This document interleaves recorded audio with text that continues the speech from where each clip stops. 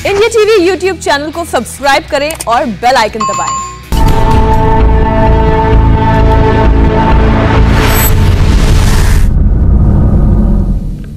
Corona control conference में आपका स्वागत है। मैं हूं ज्योति मिश्रा। कोरोना से पीड़ित जिन मरीजों की इस बार मौत हो रही है, उनमें ज्यादातर लोगों की जान हार्ट अटैक की वजह से भी गई है। इनमें युवाओं की तादाद भी बड़ी संख्या में है। कोरोना पॉजिटिव मरीजों को आखिर हार्ट अटैक क्यों आ रहा है? कोरोना के इस संकट काल में अपना हार्ट कैसे मजबूत रखें? दिल का दौरा पड़ने से खुद को कैसे बचाएं? इन सारे सवालों का जवाब देने के लिए कोरोना कंट्रोल कॉन्फ्रेंस में अब हमारे साथ जुड़ चुके हैं देश के दो मशहूर हार्ट स्पेशलिस्ट, एम्स के डॉक्टर देवगौरू और अपोलो अस्पताल के डॉक्टर संजीव कुलबे। आप दोनों का बहुत स्वागत है। इससे पहले बातचीत शुरू करें, आपके लिए एक रिपोर्ट। कोरोना को हरा चुके लोग अब हार्ट अटैक की चपेट में आ रहे हैं। ऐसे में जरूरी है कि अगर आपका कोई अपना अभी कोरोना को मात देकर लौटा है तो आप उसका विशेष ख्याल रखें ताकि हार्ट अटैक का जोखिम घट सके। ऑक्सफोर्ड यूनिवर्सिटी की एक रिसर्च से पता लगा है कि ठीक होने के 1 महीने के अंदर ही 50% मरीजों को हार्ट अटैक का सामना करना पड़ रहा है। एक्सपर्ट के मुताबिक यदि कोरोना संक्रमित हो चुके व्यक्ति के हार्ट पर भी असर पड़ता है तो उसे हार्ट अटैक की आशंका रहती है। कई बार रिकवर मरीजों में ब्लड प्रेशर की समस्या उभरती है, जिसमें ब्लड प्रेशर के अचानक बढ़ने या घटने जैसी दिक्कतें हैं।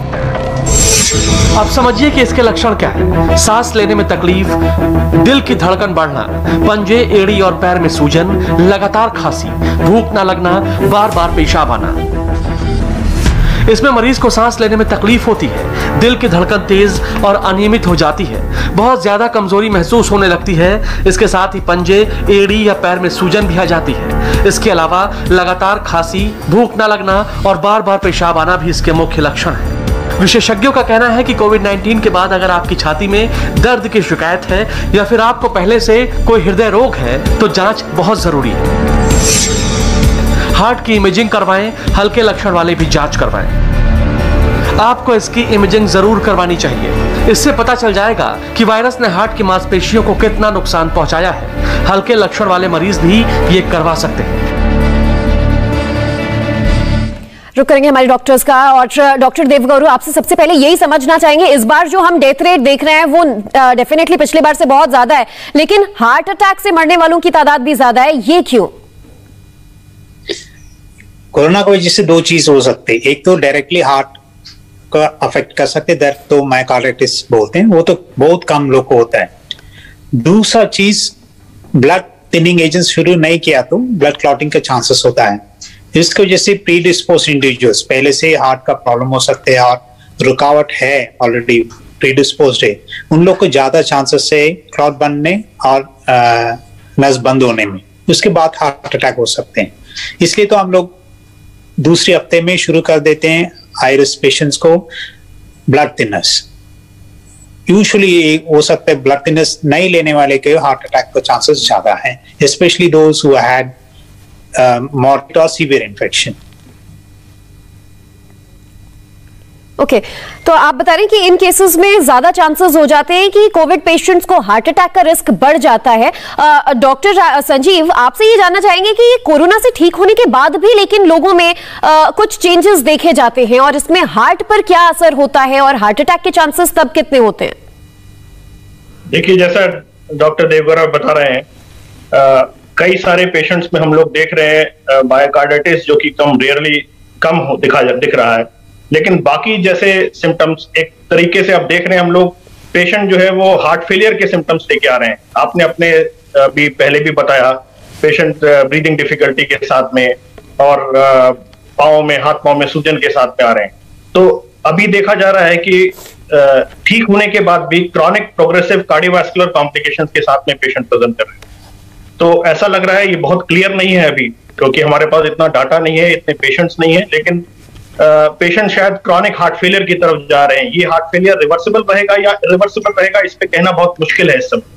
लेकिन डेफिनेटली जो हाई रिस्क कैटेगरी में जो लोग पेशेंट फॉल करते हैं, जिनके पास हाई ब्लड प्रेशर है ऑलरेडी, या कोई कॉर्निया आर्टरी डिजीज पहले से डायग्नोस्ड है, माइल्ड है, या किसी भी तरीके का ऐसा इवेंट है, या ऑलरेडी हार्ट फेलियर के पेशेंट्स हैं, ये सारे पेशेंट्स को थोड़ा ज्यादा सतर्क रहने की जरूरत है और इसके लिए समय पे सही डायग्नोसिस और सही इलाज कराने की जरूरत है। समय पर डायग्नोसिस ही इस वक्त सबसे ज्यादा जरूरी जो बताया जा रहा है। डॉक्टर देवगौरू, आपसे ये समझना चाहेंगे कि जिस तरह से जो हार्ट पेशेंट्स हैं, जो पहले से हार्ट पेशेंट्स हैं, अगर उन्हें कोविड हो जाता है तो डेफिनेटली उनके ऊपर रिस्क भी ज्यादा हो जाता है। जरूर, any comorbidity, either hypertension, diabetes और एनी हार्ट डिजीज, उन लोग को ज्यादा रिस्क जरूर ज्यादा है। किस तरह के चेंजेस उनमें कोविड होने के बाद नजर आते हैं, और उनका जो ज्यादातर हार्ट पेशेंट्स होते हैं एक बायोलॉजिकल क्लॉक फॉलो करते हैं, तो कोविड होने के बाद उन्हें क्या करना चाहिए, क्या नहीं? एक तो जरूर ख्याल रखना है, एंड ब्लड थिनर्स पहले से ले रहे हैं तो कंटिन्यू करना है। कभी कभी वैक्सीनेशन के लिए लोग बंद कर देते हैं ब्लड थिनर्स, जरूरत ही नहीं है वैक्सीनेशन लेने के लिए, ब्लड थिनर्स बंद करने की जरूरत ही नहीं है। ब्लड ज्यादा खून करने के लिए वाल्व रिप्लेसमेंट हो चुका है, उन लोग को INR 3 के ऊपर है तो उन लोग को थोड़ा सा दवाई बंद नहीं कर सकते, दवाई बंद करेंगे तो एक हार्ट अटैक हो सकते हैं, इसलिए तो इकोस्प्रिन वगैरह पहले से ले रहे हैं तो कंटिन्यू चालू रखना है। Ecosprin, clopidogrel, any antiplatelets they are taking, they should continue.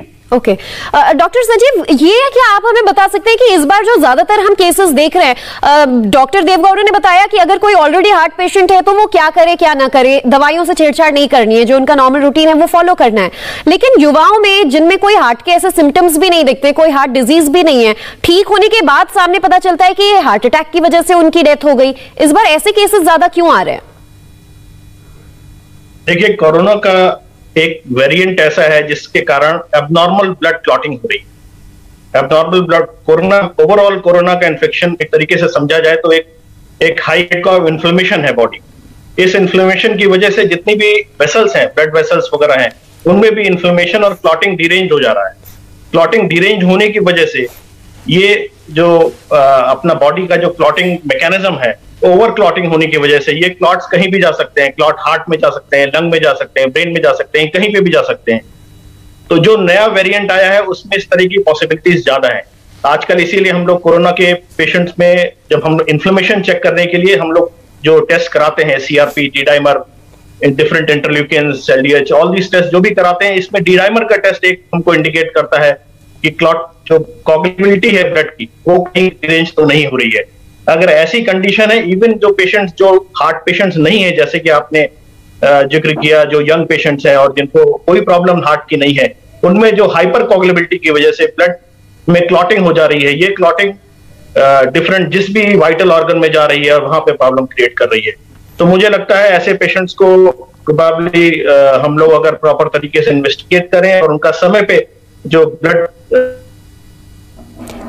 यानी कि कोरोना का जो नया वेरिएंट है इससे ब्लड क्लॉटिंग की शिकायतें ज्यादा हो रही हैं और definitely this leads to heart attack, और इसीलिए ज्यादातर लोग कोविड से ठीक होने के बाद भी हार्ट अटैक का शिकार हो रहे हैं। डॉक्टर देवगौरू, आप बता रहे थे कि कोविड के जो ऑलरेडी पहले से हार्ट पेशेंट्स हैं उन पर क्या असर होगा, लेकिन जो एक नॉर्मल इंसान है उसे अगर कोरोना हो जाता है, स्पेशली सीनियर सिटीजन 60+ जो लोगों में ज्यादा असर दिखता है, उनके दिल पर कोरोना किस तरह से अटैक कर रहा है, उनके हार्ट में इस बार क्या अलग स्पेसिफिक चेंजेस देखने को मिल रहे हैं compare to old Covid first wave?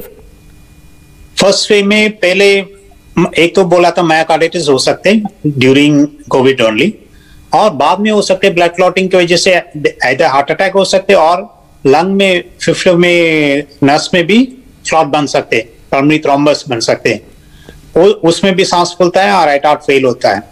ये तीनों पहले भी होता था, इस टाइम भी विरुलेंस ज्यादा है, इसकी वजह से हो सकता है ज्यादा क्लॉटिंग का प्रॉब्लम हो रहे हैं, इसलिए तो मोर्टेलिटी भी थोड़ा सा ज्यादा है, मॉर्बिडिटी भी ज्यादा है, प्लस यंगर पॉपुलेशन भी ज्यादा लोग एडमिट हो रहे हैं, ये पहले इतना नहीं था।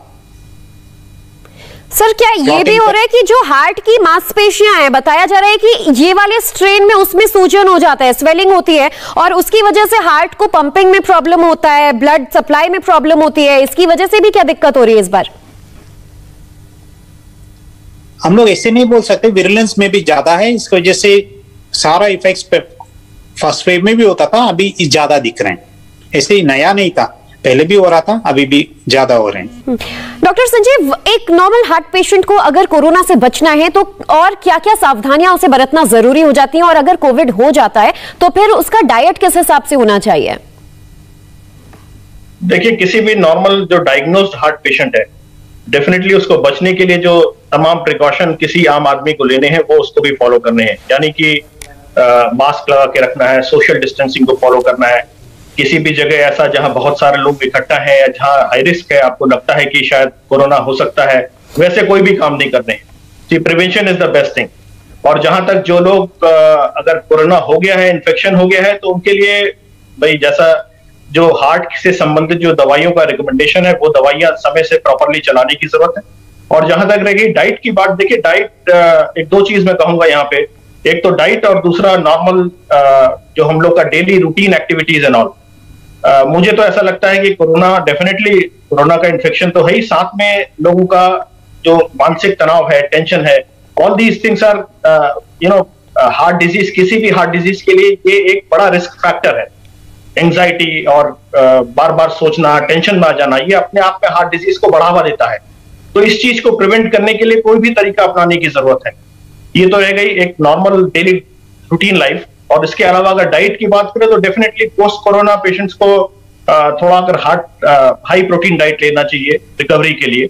और बाकी जो डाइटरी प्रिकॉशंस फॉलो करते हैं वो लोग उनको प्रॉपरली फॉलो करने की जरूरत है, बिकॉज जितने भी कोरोना पेशेंट्स हैं, हार्ट डिजीज वाले हमारे patients, majority of these patients में डायबिटीज साथ में होती है काफी सारे पेशेंट्स में। तो जरूर उनको अपना उसके हिसाब से, अपनी अदर कोमॉर्बिडिटीज के हिसाब से अपना डाइट रेगुलेशन करना चाहिए। कोविड से रिकवर होने के बाद आप बता रहे हैं कि हाई प्रोटीन डाइट जो है वो हेल्प कर सकता है। और साथ ही आपने मेंटल स्ट्रेस, एंजाइटी की बात कही, जो अक्सर लॉकडाउन या फिर कोविड जब हो जाता है तो लोगों को होता है, and this also leads to heart problems या फिर हार्ट अटैक। सर, ऐसे में जो पल्स मीटर होता है, जो हमारा नॉर्मल पल्स दिखाता है, उस पर हम कितना विश्वास जता सकते हैं या फिर उसकी मॉनिटरिंग कितना जरूरी होती है? क्या उससे भी पता चल जाएगा कि हार्ट पे कोई प्रॉब्लम होना है या नहीं? देखिए, एक पल्स ऑक्सीमीटर जो होता है हमारा, जिससे हम सैचुरेशन देखते हैं, उसमें जरूर हार्ट रेट आता है।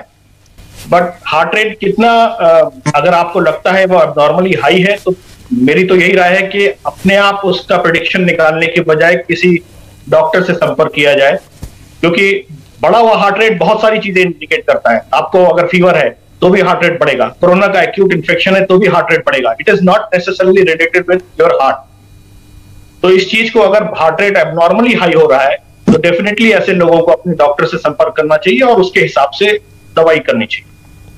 ओके, डॉक्टर देवगुरु, आपसे ये समझना चाहेंगे कि जिस तरह से कोविड पेशेंट्स इस बार अपना ख्याल रख रहे हैं, पहले सबसे ज्यादा ये माना जाता था कि अगर आपको कोरोना हो गया है तो रेस्पिरेटरी ट्रैक्ट और आपको ब्रीदिंग प्रॉब्लम, लंग्स में प्रॉब्लम होने लगेंगी, लेकिन इस बार कितना सिंसियरली ये भी ध्यान देना है कि दिल का भी ख्याल रखें, हार्ट पर भी बहुत असर हो रहा है।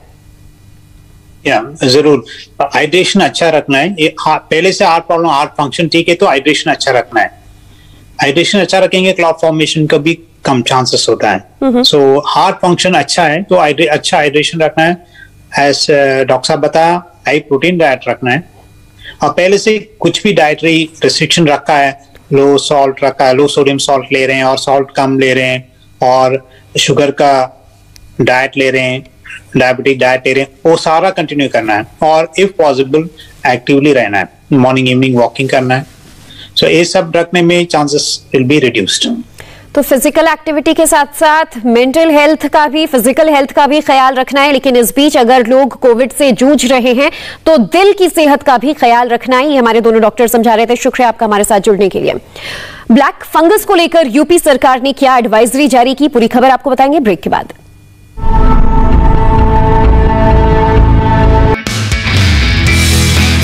नमस्ते, मैं हूं मीनाक्षी जोशी। वीडियो और खबरों से अपडेट रहने के लिए India TV YouTube channel subscribe करें, बेल आइकन दबाना ना भूलें। जुड़े रहें इंडिया टीवी के साथ।